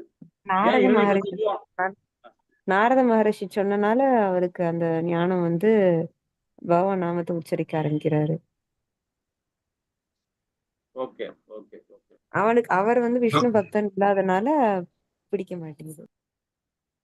ஓகே பிரபுஜி, சொல்லுங்க. இரண்யாட்சர் தமோ குணத்துல இருக்காரு, இவரு சுத்த சத்துவத்துல இருக்காரு. அதுக்கு காரணம் என்ன? அதாவது இவரு ஒரு அசுர குணத்துல வந்தவர் தானே. இப்ப நம்ம எல்லாம் சொல்லிட்டு இருக்கோம், நான் பிராமண குலத்துல பிறந்துட்டேன், நான் பிராமண குவாலிட்டியில இருக்கிறேன் அப்படின்னு சொல்றாங்க. ஆனா பிராமண குவாலிட்டி இருக்கிறாங்களா இல்லையான்றது அது அப்பாற்பட்ட விஷயம். ஆனா அவங்க பிராமண குலத்துல பிறந்தவங்க தான், இல்லைங்களா? ஆனா இவரு பாருங்க, அசுர குலத்துல தான் பிறந்தாரு. ஆனா அங்க எப்படி பாருங்க, சேத்துல புரிஞ்ச செந்தாமரை மாதிரி வளர்ந்து பூத்து இருக்கிறார். அதுக்கு காரணம் என்னன்னா, நாரதமுனி மாதாஜி சொன்ன மாதிரிதான், தன்னுடைய தாய் வயிற்றில் இருக்கும் போதே பகவானுடைய ஹரிநாமத்தையும் பகவானுடைய லீலையும் அவருடைய வைபவத்தையும் அது காது கொடுத்து கேட்டார். தன்னுடைய தாய் வயிற்றில் இருக்கும்போது நாரத முனி ரொம்ப அழகாக அவங்க தாயாருக்கு தான் சொல்லிட்டு இருந்தார். அந்த அம்மா தூங்கிடுச்சு, இவர் வயிற்றுல இருந்து உட்காந்துக்கிட்டு ஊம்பட்டின்னுக்கிறார். இன்னும் கதை சொல்லுன்னு கேட்டுக்கிறார். சோ அந்த குழந்தை பருவத்தில் இருக்கும் போதே, கருவில் இருக்கும் போதே அந்த பகவானுடைய நாமத்தையும் அவருடைய எல்லா விதமான லீலையும் கேட்டு இருக்கார். அதோட பிரதிபலிப்பு பாருங்க, வெளியே வந்த பிறகுடோ அவர் என்ன பண்றார், பகவான் ஹரிநாமத்தை சொல்லிட்டே இருக்கிறார், இல்லைங்களா? அதுதான் நம்மளோட 6வது அத்தியாயத்துல ஸ்ரீமத் பகவத்கீதையில பகவான் என்ன சொல்றாரு பாருங்க. குறைஞ்சபட்சம் நீங்க சத்துவ குணத்திலேயாவது செயல்படுங்க, குறைஞ்சபட்சம் சத்துவ குணத்திலேயாவது செயல்படுங்க. செயல்பட்டீங்கன்னா அடுத்த பிறவி உங்களுக்கு கண்டிப்பா ஒரு நல்ல ஒரு குடும்பத்துல பிறப்பீங்க, ஒரு செல்வந்தர் குடும்பத்துல பிறப்பீங்க. அது நான் சொல்றேன், நான் தான் அங்கதான் பிறக்க வைக்கப்ப நான் சொல்லல, நீங்க செஞ்ச கர்மா மூலியமா தான் அங்க பிறக்க போறீங்க. பகவான் சொல்றது குறைஞ்சபட்ச சத்துவத்துல செயல்பட்டீங்கன்னா அந்த வீட்டுல போய் பிறப்பீங்க. ஒரு நல்ல ஒரு குடும்பத்துல, ஒரு செல்வந்தர் குடும்பத்துல, ஒரு கல்வியாளர் குடும்பத்துல, ஒரு மகான் குடும்பத்துல பிறப்பீங்க. பிறந்தது மாத்திரம் இல்லாம இந்த சூட்சம உடல்ல இந்த பிறவில என்னெல்லாம் சூட்சம உடல் இருந்ததோ அதே உடல் தான் மாறி இருக்கும். சூதல உடல் தான் மாறி இருக்கும், சூட்சம உடல் அங்கதான் இருக்கும். அப்ப அடுத்த உடல் நீங்க பிராமண வீட்டுல பிறந்திருந்தீங்கன்னா இங்க எங்க விட்டீங்களோ, பகவானை எங்க விட்டீங்களோ அதே இதை கண்டினியூ பண்ணுங்க. குழந்தை பருவத்துல இருந்தே கண்டினியூ பண்ணுங்க. அதுதான் பிரகலாத மகாராஜாவோட ஸ்டோரியே. பிரகலாத மகாராஜோட ஸ்டோரியே அதுதான். அப்ப நாமோ நம்மளுடைய உடல் அழிஞ்சிரும், இந்த உடல் இங்கே அழிஞ்சிரும். ஆனா அடுத்த உடல் தேர்ந்தெடுக்கும் போது நாம செய்யற காரியத்துல ஒரு உடல் கிடைக்கும். என்ன கிடைக்கும்? பிராமண வீட்டுல, ஒரு சத்திரிய வீட்டுல, ஒரு செல்வந்தர் வீட்டுல, ஒரு பெரிய மகான் குடும்பத்துல பிறப்போம். உடல் அங்க கிடைக்கும். ஆனா இங்க இருந்த சூட்சம உடல் அங்க கிடைக்கும். அப்ப சூட்சம உடல் என்ன பண்ணுவோம்? இறக்கும் போது ஹரிநாமத்தை சொல்லிட்டே இருந்தோம், பகவான் நாமத்தை சொல்லிட்டே இருந்தோம், பகவானுடைய மகிமையை படிச்சுட்டு இருந்தோம், அவரோட புராணத்தை படிச்சுட்டு இருந்தோம். அப்ப அந்த சூட்சம உடல் அங்க அந்த உடலோட வந்துடும். நம்ம எந்த குளத்துல பிறக்கிறோமோ அந்த உடலோட. அப்போ பிரகலாத மகாராஜா மாதிரி குழந்தை வந்த பிறகு, குழந்தை பிறந்ததுல இருந்தே அந்த ஞானத்தோட குழந்தை அது பிறக்கும். அந்த அந்த இடத்துல அவன் முக்தி அடைகிறான். இது 6வது அத்தியாயத்துல பகவான் ரொம்ப அழகா நமக்கு கொடுத்திருக்கிறார் இல்லைங்களா? அப்போ நம்மளுடைய செயல்பாடு நம்ம எங்க இருந்தாலும் சரி, நம்ம எந்த குடும்பத்துல பிறந்தாலும் சரி, சூத்திரம் வீட்டுல பிறந்தாலும் சரி, நம்ம அப்பா அம்மாவே இல்லாம இருந்தாலும் சரி, ஆனா அந்த இடத்துல இருந்து நாமும் விட்டது எடுக்கணும்னா பகவான் அருளோட நாம இருக்கணும். அப்ப இந்த பிறவில நாமும் இது வரைக்கும் நாம என்ன பண்ணமோ போயிட்டோம். இனிமேலாவது நிகழ்காலத்துல இருந்து இப்போவாது நாம கண்டினியூ கரெக்டா நம்ம பகவான் உணர்வோட செயல்பட்டோம், அசுவத்தன்மை இல்லாம செயல்பட்டோம்னா கண்டிப்பா அந்த செயல் நம்ம நடக்கும் இல்லைங்களா?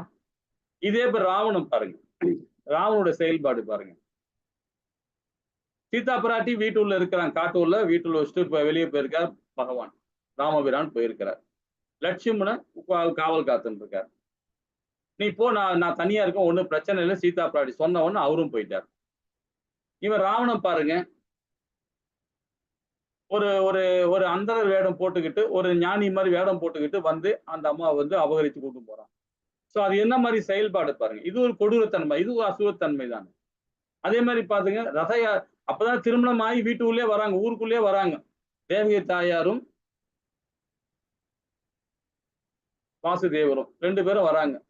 உடனே கம்சன் என்ன பண்றான்? அவங்களை கொல்ல போறான். ஏன்னா அசூரி சொல்லிச்சான் காதுக்குள்ளார, அவர் குழந்தைதான் உனக்கு கொன்னுடும் அப்படின்ட்டு. உடனே என்ன பண்றான்? போறான். இதே நாமளாதான் நம்ம இப்போ சாதாரணமா ஒரு ஆன்மீக சம்பந்தப்பட்ட பரவாயில்ல, என் மருமகன் தானே எனக்கு கொல்ல போறான், கொன்னா பரவாயில்ல அப்படின்னு நினைப்பான். என் தங்க குழந்தை தானே, என் சகோதரி குழந்தை தானே என்ன கொல்ல போகுது, பரவாயில்ல அப்படின்னு நினைப்பான் இல்லைங்களா? ஆன்மீக தன்மையோட இருக்கிறவன். அதே பௌதிகத்தோட பேராசை ரசோகுணத்துல இருக்கிறவன் தாய் அந்த சகோதரியை கொல்ல போயிடுறான். இது எல்லாமே அசுர குணங்கள் தான் இல்லைங்களா? அப்ப அசுர குணங்கள் என்ன பண்ணுது? நம்ம இருக்கிறத பத்தாது, இன்னும் வேணும், இன்னும் வேணும், இன்னும் வேணும் ஆசைப்பட்டுட்டே இருப்போம். அதுக்காக எந்த எல்லை வேணா நம்மளுக்கு போக ஆரம்பிச்சிடும், நம்ம குணத்தை போக ஆரம்பிச்சிடும். ஹரே கிருஷ்ணா. அப்ப அசுரத்தன்மை உடையவர்கள் எண்ணுகின்றனர். எப்படிப்பட்ட? என்னிடம் இவ்வளவு சொத்து உள்ளது, எதிர்காலத்தில் இவ எல்லாத்தையும் அதிகரிக்கும், லாபங்கள் மேலும் மேலும் அதிகரிக்கும், என்னிடம் யாருமே போட்டியிட முடியாது, என் எதிரிகள் அவர்களை நான் கொன்று விடுவேன், நானே சிறந்தவன், நான் கொடுத்தாண்டா தானம் உங்களுக்கு என்னுவான். பாவம் நிம்மதியே இல்லை, நான் நன்றாக அனுபவிக்க வேண்டும், ரொம்ப ஜாலியா இருக்கணும், சந்தோஷமா இருக்கணும் அப்படின்னு நினைக்கிறேன்.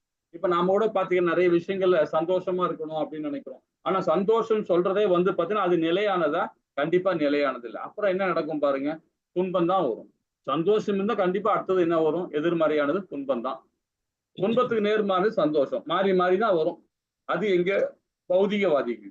அதே ஆன்மீகவாதிக்கு அகர்ம வழியில செயல்படுறவன் அது எதுவுமே உள்வாங்க மாட்டான், சந்தோஷத்தையும் உள்வாங்க மாட்டான், துன்பத்தையும் உள்வாங்க மாட்டான். எனக்கு கடைசி இதுவே அப்படின்னு துன்பம் வந்தாலும் அதை ஏத்துக்கிட்டு போவான். யாரு? அகர்மவாதிகள் இல்லைங்களா? ஹரே கிருஷ்ணா. சரி, இந்த பதத்தோட நிறுத்திப்போம். 16, 17 இதை முடிச்சுட்டு நிறுத்திக்கலாம். ஹரே கிருஷ்ணா. மாதாஜி படிக்கிறீங்களா? ஹரே கிருஷ்ணா பிரபுஜி. பிரபுஜி இரண்யகசிபு பத்தி சொல்லலாமா பிரபுஜி? சொல்லுங்க மாதாஜி. இரண்யகசிபு பிரம்மாட்ட எனக்கு சாகாவரம் வேணும்னு கேட்கிறாரு. அவரு சாகாவரம் எல்லாம் இரண்யகசிபு பிரம்மா கிட்ட ஓகே ஓகே. சாகா வரம் கேட்கிறாரு பிரபுஜி. அவர் சாகா வரம்லாம் யாருக்கும் கொடுக்க முடியாது அப்படின்னு சொல்றாரு. அப்ப உன்னால் படைக்கப்பட்ட ஜீவராசிகளாலேயோ உன்னால் படைக்கப்பட்ட கருவிகளாலேயோ எனக்கு சாவு வரக்கூடாது. இரவில் வரக்கூடாது, பகலில் வரக்கூடாது, வீட்டுக்குள்ளேயும் வரக்கூடாது, வெளியேயும் வரக்கூடாது, இப்படின்னு வரம் வாங்கிட்டு வந்துடுறாரு பிரபுஜி. அதனால்தான் பிரகலாதன்ட்ட எங்க ஒண்ணு அம்மா அவன் சொல்லுவான், துணிலும் இருப்பார் தும்பிலும் இருப்பார் அப்படின்னு சொல்லுவான். பிரகலாதன் சொன்ன உடனே எங்க இந்த தூண்ல காட்டு பாக்கா அப்படின்னு துணி கட்டுவான். நரசிம்ம அவதாரத்துக்கு வருவாரு. ஆனா 5 நேரத்துல வாசற்படியில வச்சு, உள்ளேயும் இல்லாம வெளியிலையும் இல்லாம வச்சு, எந்த ஆயுதமும் இல்லாம தன்னுடைய நகத்தாலே கீழே கொள்வார். ஹரே கிருஷ்ணா பிரபு. ஹரே கிருஷ்ணா மாதாஜி. அழகா ஷார்ட்டா சொல்லிட்டீங்க. ஓகே. ஏன்னா பிரகலாத மகாராஜா கூட ஒரு சில பிரபுபாதா ஒரு புக் எழுதியிருக்கிறார். அதாவது அவருடைய போதனைகள். அந்த புக்கை வாங்கி படிங்க. ரொம்ப அற்புதமான புக் அது. அதாவது பாத்தீங்கன்னா சில பிரபுபாதா எழுதின புக்கு. அது விலை ரொம்ப கம்மி தான். 45 ரூபா தான் அந்த புக்கோட விலை. ரொம்ப அற்புதமா இருக்கும். அவருடைய யாரு பிரகலாத மகாராஜா அவருடைய போதனைகள் எப்படிப்பட்ட போதனைகள் பாருங்க, ரொம்ப அற்புதமா இருக்கும். அதெல்லாம் சொல்றதுனா நம்ம டைம் எடுக்கும். ஹரே கிருஷ்ணா. சரி, இது நாமும் அது அடுத்த நெக்ஸ்ட்ல பார்க்கலாம். இந்த 16, 17 பாதத்துல படிப்போமா? ஹரே கிருஷ்ணா மாதாஜி. அதான் படிக்கிறீங்களா? நான் படிக்கிறேன். அநேக சித்த விப்ராந்தா மோகஜால சமாவிருதாக பிரசக்தா காம போகேஷு பதந்தி நரகேஷு சௌ ஆத்ம சம்பாவிதா ஸ்தப்தா தன மானமதான்விதாக யஜந்தே நாம யங்யஸ்தே தம்பேனாவிதி பூர்வகம். ஹரே கிருஷ்ணா மாதாஜி. ஹரே கிருஷ்ணா. அழகா படிச்சீங்க. இங்க என்ன சொல்றாரு பாருங்க, 16, 17. இவ்வாறு அநேக கவலைகளால் சூழப்பட்ட மோகத்தின் வலையினால் சூழப்பட்ட அவர்கள் இன்பத்தின் பலனாக பற்றுடராகி நரகத்தில் வீழ்ச்சி அடைகின்றனர். இது 16வது பதம். செல்வத்தாலும் பொய் கௌரவத்தாலும் மயக்கப்பட்டு தன்னில் திருப்தி விட்டு எப்பொழுதுமே தீவுடன் விளங்கும் இவர்கள் சில சமயங்களில் எந்த சட்ட திட்டத்தையும் பின்பற்றாமல் பேரளவில் கர்வத்தோடும் யாகங்களும் செய்கின்றனர். இப்ப நம்ம கீழே வருவோம், 17வது பாதத்திலே வருவோம். எந்த சட்ட திட்டங்கள் அப்படின்னு சொல்றாங்க, உங்களுக்கு ஏதாவது புரியுதுங்களா? எந்த சட்ட திட்டங்களையும் நம்ம அடிக்கடி சொல்லிட்டே இருப்போம். சாஸ்திர விதிகள் பிரபுஜி, சாஸ்திர விதிகள். அப்ப ஒண்ணுதானே சொல்லணும். ஏன் எந்த சட்ட திட்டத்தையும் சொல்றாரு?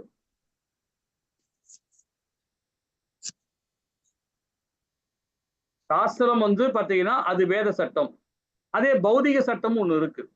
இப்ப நம்ம நாட்டுல பாத்தீங்கன்னா லா அண்ட் ஆர்டர் போட்டிருப்பாங்க, நிறைய சட்ட திட்டங்கள்லாம் ஏற்றிருப்பாங்க, நிறைய பாத்தீங்கன்னா நமக்கு இருக்கு இல்லைங்களா? இப்ப கோர்ட்ல எல்லாம் நிறைய சட்ட திட்டங்கள்லாம் இருக்கு இல்லையா? அது பௌதிக சட்டம், இது ஆன்மீக சட்டம். அப்ப எந்த சட்டத்தையும், ஆன்மீக சட்டத்தையும் ஃபாலோ பண்ண மாட்டான், பௌதிக சட்டத்தையும் ஃபாலோ பண்ண மாட்டான். யாரு? அசுர குணத்தோர். இது பண்ணா உன்னை தூக்கி ஜெயில போட்டுருவாங்கப்பா, உன்னை ஆயுள் தண்டனை கொடுத்துருவாங்கப்பா, இல்ல தூக்குல போட்டுருவாங்கப்பான்னு சொல்லுவாங்க. அதையும் கேட்க மாட்டாரு. வேத சட்டத்துல நீ ஃபாலோ பண்ணலைன்னா பின்னாடி நரகத வேதனை அனுபவிப்படா, உன்னை தூக்கி அங்க போட்டுருவாடா, இங்க போட்டுருவான்னு சொன்னா அதுக்கும் கேட்க மாட்டார். அது எந்த சட்டத்திட்டையும் பின்பற்ற மாட்டார். பேருள்ள கர்வத்தோடு தான் யாகம் செய்வார். யாகம்னா என்ன சொல்லியிருக்கணும்? அவர் என்ன வர்ணங்கள் செய்யறாரோ, அவர் என்ன வர்ணங்கள், திடீர்னு பாத்தீங்கன்னா பிராமண குவாலிட்டி செய்வார், திடீர்னு சத்திரியனை செய்வார், திடீர்னு வைஷ்ணவ செய்வார், திடீர்னு சூத்திரனா போவார். ஏன்னா இந்த ரசவ குணத்தினருக்கும் எதுவுமே ஒரு நிலையானதே பண்ணவே மாட்டாங்க, மாறி மாறி மாறி பண்ணிட்டு இருப்பாங்க. அப்ப அந்த செல்வத்தை சேர்க்கறதுனால அந்த பொய் கௌரவம் இருக்கும், அந்த மாயத்தால மயக்கப்பட்டிருப்பாங்க, தன்னில திருப்தி அடைவாங்க, திமிரோட வழங்குவாங்க. அப்ப இவ்வாறு அநேக கவலைகள் சூழப்பட்டிருக்கும். ஏன்னா மோகம், அது ஃபுல்லா மோகத்தால அவங்க முழுகி இருக்கிறாங்க. அந்த மோகத்தால முழுகி இருக்கும் போது என்ன செய்யணும்னு அவங்களுக்கு தெரியாது. காரணம் என்னன்னு பாத்தீங்கன்னா, அதுக்கும் என்ன சொல்ற பகவான் இந்த பகவத்கீதையில சொல்றாரு, அதுக்கு காரணம் நீ இல்லடா, இது எல்லாமே மாயத்தான். அந்த 3 பேருக்கான 3 மாத்தாச்சிங்க, சத்துவகுணம், ரசோகுணம், தமோகுணம், அந்த மாய அவங்கதான் உன்னை ஆட்டி படைக்கிறாங்க. நீங்க ஆரம்பிச்சு விட்ட அவங்க முடிக்கிறாங்க, அவ்வளவுதான். அதுல இருந்து வெளியே வரணும்னா அந்த செயல்படாம அந்த எண்ணங்களோட இருக்கக்கூடாது. குலசேகர ஆழ்வார் சொல்ற மாதிரி அந்த எண்ணம் கூட இருக்கக்கூடாது நமக்கு. அப்ப அசுர இயல்புகள் உடையவர்கள் அடையும் இலக்கு பாருங்க, கவலைகள், தவறான எண்ணங்கள், புறப்பட்டு மோகத்தின் வலையினால் சூழப்பட்டு புலன்பத்தின் பலனால் பற்றுள்ளாகிறாங்க. அப்ப நமக்கு என்ன கிடைக்கும் பாருங்க, நரகம் தான் கிடைக்கும். வாழ்நாளே நரகம் கிடைக்கும். அதெல்லாம் பாதாளம் போறது கூட இல்லை, வாழ்நாளே நம்ம நரகம் கிடைக்கும். கண்ணு முன்னாவே நம்ம விழிச்சு அடைய ஆரம்பிச்சிருவோம் இல்லைங்களா? ஹரே கிருஷ்ணா. அப்போ உங்கள் ஆசைகளிடம் ஜாக்கிரதையாக இருங்க. ஆசைதான் நம்ம என்ன சொல்லப்படுது, மோகம், பற்று.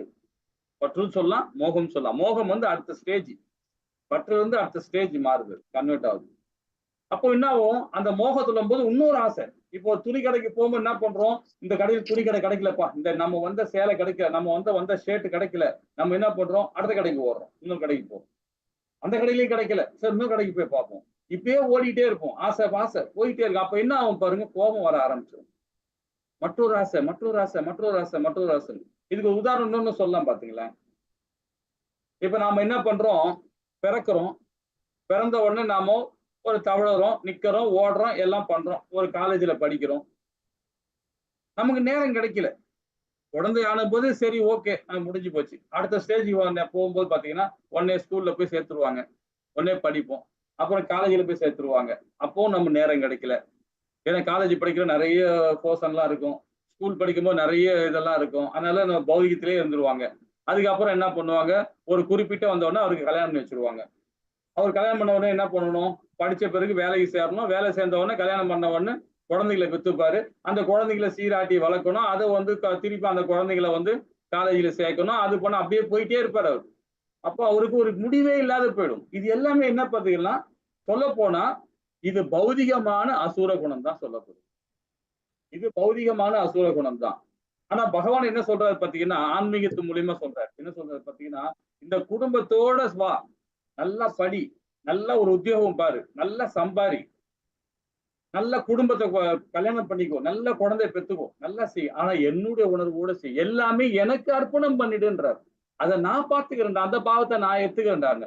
ஏன்னா பகவானுக்கு அர்ப்பணம் பண்ணிட்டான்னா அப்ப அவன் எப்படி நடப்பான் பாருங்க, வேத சட்டத்திலே ஃபாலோ பண்ணுவான்.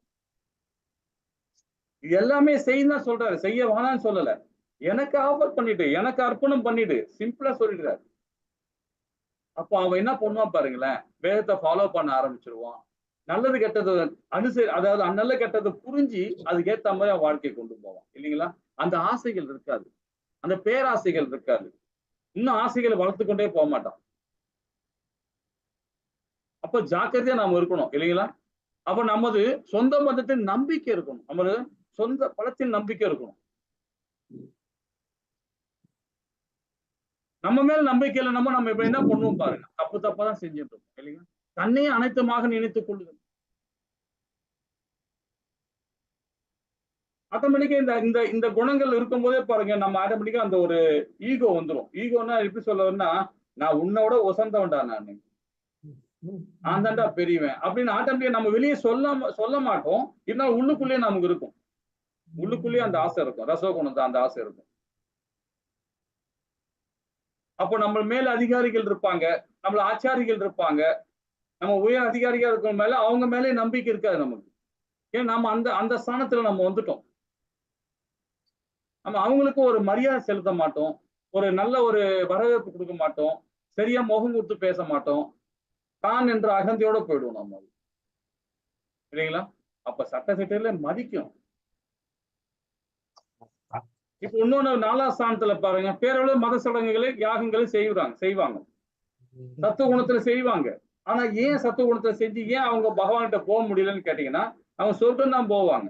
திருப்பி சொர்க்கம் போன இங்கதான் வருவாங்க. காரணம் என்னன்னா, அவங்க நிறைய வேதங்கள் படிப்பாங்க, நிறைய யாகங்கள் பண்ணுவாங்க, நிறைய யக்கியங்கள் பண்ணுவாங்க, இதெல்லாம் செய்வாங்க. ஆனா அந்த பண்ணும்போது பாத்தீங்கன்னா ஆட்டோமேட்டிக்கா அந்த கர்வம் வந்துடும் அவங்களுக்கு. அதுதான் பகவானே சொல்றார், இந்த பகவத்கீதையில சொல்றார். அந்த குணம் வராம இருக்கணும்னா அனநிய பக்தியில இருந்தாதான் அந்த குணம் வராது. தெய்வீகமான குணத்துல இருக்கும்போது பாத்தீங்கன்னா அந்த சட்ட திட்டங்களை மதிப்பாங்க. சுயமாக கடவுளை தயார் செய்கிறார்கள். எப்படி, நான் தான் கடவுள், என் அம்மா தான் கடவுள், எங்க அப்பா தான் கடவுள், இவர் தான் கடவுள், அவர் தான் கடவுள்னு சொல்லிக்கிட்டே இருப்பாங்க. எனக்கு கண்ணுக்கு தெரிஞ்ச கடவுள் இவர் தான் சொல்லுவாங்க. ஏன்னா அவங்க பௌதிகவாதிகள். கண்ணுக்கு தெரியுதோ தெரியலையோ, வேதத்துல என்ன சொல்லப்பட்டதோ அது சாராம்சமோடு போறான் பாருங்க, அவன் தான் உண்மையான ஆன்மீகவாதி இல்லைங்களா? ஹரே கிருஷ்ணா. செல்வத்தையும் கௌரவத்தையும் பகவான் கிருஷ்ணர் சேவையில் ஈடுபடுத்த வேண்டும். நம்முடைய செயலையும் சரி, நம்முடைய கௌரவத்தையும் சரி, அது பகவானுக்கு தான் நாம கொடுக்கணும். அது இல்லை என்றால் அவை நம்மை நினைப்பதை விட அதிகமான தீங்கை விளைவிக்கும் நமக்கு, இல்லைங்களா? செல்வம் சேர சேர நமக்கு என்ன ஆகும் பாருங்க, பிரச்சனை தான் வரும். தன்னிலை இழந்துரும், நம்ம தன்னிலை இழந்துருவோம். அதே மாதிரி கௌரவம் அப்படிதான். அந்த கௌரவத்தெல்லாம் பகவானுக்கு நம்ம இதுதான் சொல்றாரு, நம்ம ஆச்சாரி சொல்றாரு. சில பிரபுபாதா என்ன சொல்லிக்கிறார், ஒரு பொன்மொழியில சொல்லியிருக்காரு, காலையில இருந்து ஓடுறீங்களா ஓடுங்க, சம்பாதிக்கிறீங்களா சம்பாதிங்க, எல்லாமே செய்யுங்க. இரவு படுக்கும் போது ஒரு ஜலம் விட்டுட்டு எல்லாமே கிருஷ்ணா அர்ப்பணம் அஸ்து, அவ்வளவுதான், முடிஞ்சு போச்சு. பகவானுக்கு கொடுத்துருங்க. தவறு செய்யாத செயல் தான் சொல்றேன். தவறு செஞ்ச செயலை பகவானுக்கு கொடுக்காதீங்க. அதை நீங்களே வெக்கப்பட்டு அது உணர்ந்துட்டு அது செயல்பட ஆரம்பிங்க. அதுக்குள்ள தண்டனை ஏத்துங்க. ஆனா புண்ணிய காரியங்களை எல்லாமே பகவானுக்கு கொடுத்துருங்க. ஹரே கிருஷ்ணா. இது ஒரு சுயநலம் சொல்லுவாங்க, அது உண்மையிலே இதா இருக்கும். சரி, இந்த 18வது பதம் அடுத்த வாரம் பார்ப்போம். இது சிசுபாலோட கதையோட பார்ப்போம் அடுத்த வாரம். ஹரே கிருஷ்ணா. வாஞ்ச கல்பத்தராய கிருப சிந்தேவ பகவானாம் பாவனி வைஷ்ணவியோ நமோ நமக. ஜெய் ஸ்ரீ கிருஷ்ணா சைத்தன்யா பிரபு நித்யானந்த ஸ்ரீ அத்வைத கதாதார சேவாசாதி கௌரவ பக்த விருந்த கி ஜெய். ஹரே கிருஷ்ணா கிருஷ்ண கிருஷ்ண ஹரி ஹரி, ஹரி ராம ராம ராம ஹரி.